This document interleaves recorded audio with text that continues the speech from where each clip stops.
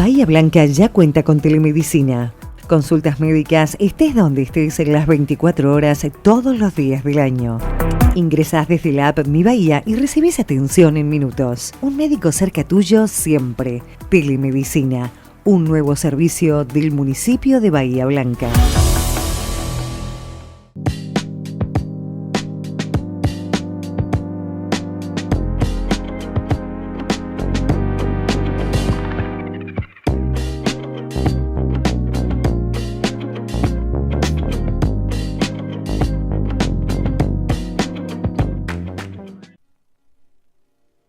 Dale, perfecto. Bienvenidos, bienvenidas a un nuevo capítulo de Mother Bay. Hoy tenemos el gusto de recibir a un bahiense que está marcando un antes y un después en la ciencia argentina. Es un investigador del CONICET, profesor de la Universidad Nacional del Sur y director de un laboratorio de neurobiología en el INIVIB.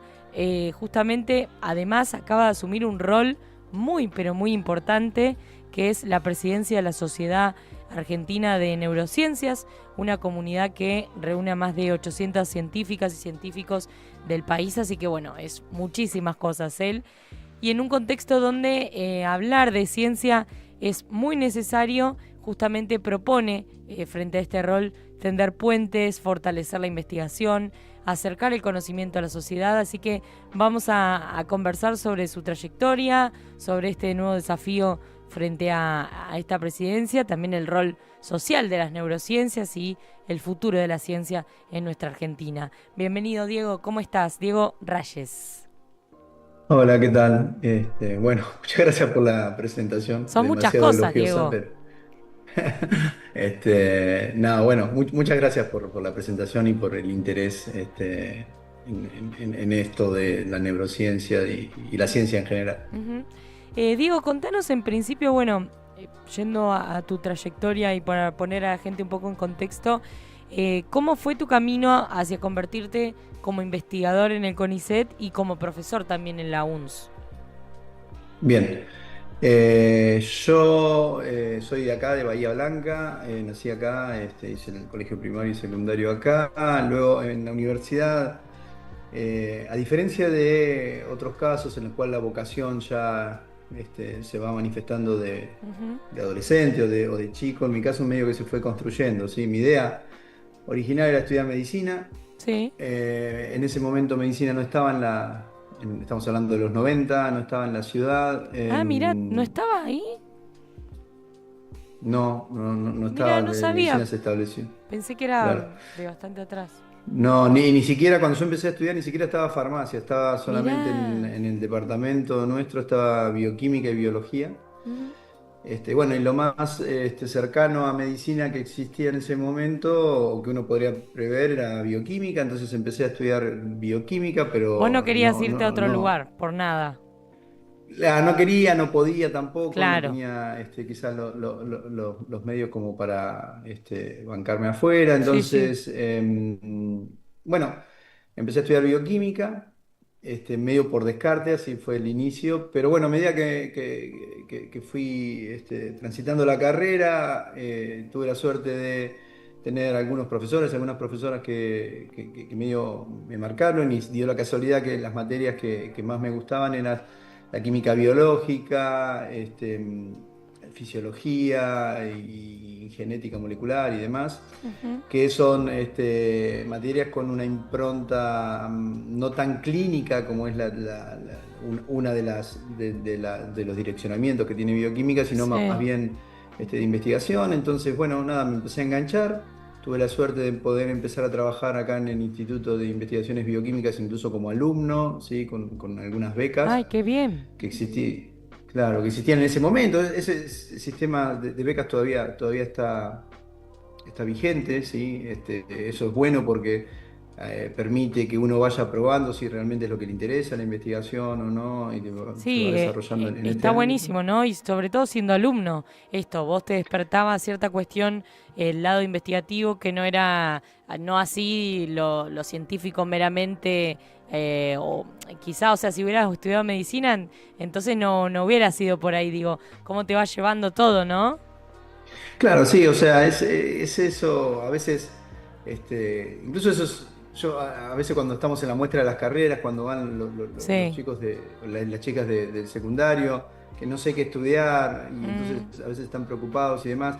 Bueno, Se no hace sé, camino yo al desde andar. mi caso, exactamente, muchas veces se hace camino al andar, ¿no? No digo que sea la fórmula para todos, pero en mi Mm. caso particular se hizo camino al andar y conozco muchísima gente que fue desarrollando la vocación a medida que iba desarrollando la carrera. Ujú. Y tampoco hay que tener miedo de errarle de carrera. ¿Sí? Eso es, o sea, Claro. porque es normal que a los 17, 18 años uno haga una elección pensando que una carrera es una cosa y realmente después es algo que uno no esperaba o no es realmente lo que te gusta. Entonces, Claro.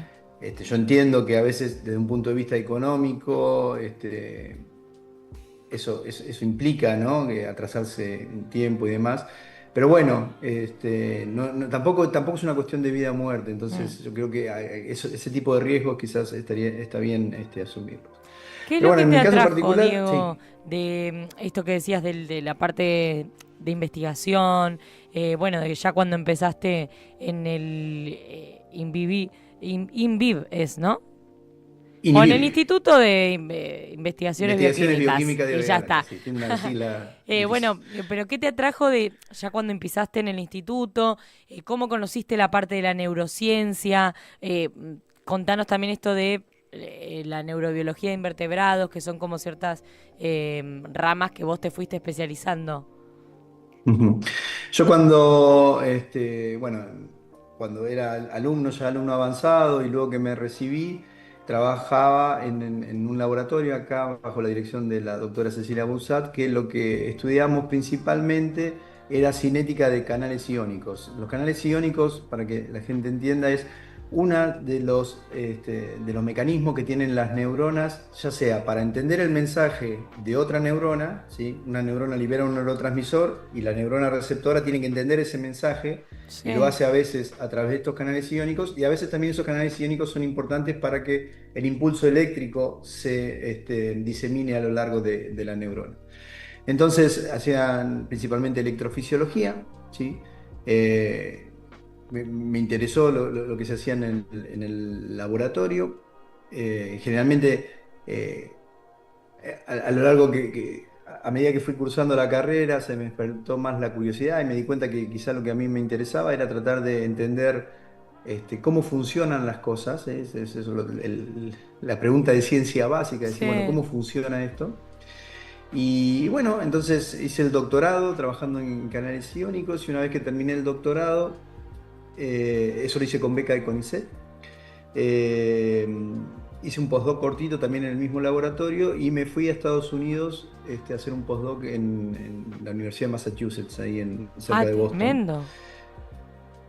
Sí, eso en realidad es un camino bastante común, ¿sí? O bastante normal, incluso es deseable que sea así, que la gente quizás haga su doctorado y luego una especialización afuera y luego vuelva. Sí, eso es un camino bastante común en los científicos y es lo deseable, ¿no? Porque uno ahí puede combinar lo aprendido en su estadía de doctorado con lo aprendido afuera en su estadía de postdoctorado y venir acá con una capacidad que quizás no está del todo desarrollada y generar en el país esa capacidad. Eso quizás sería, para mí, ¿no? el ideal de cómo debería ser el desarrollo científico, ¿sí? Ujú.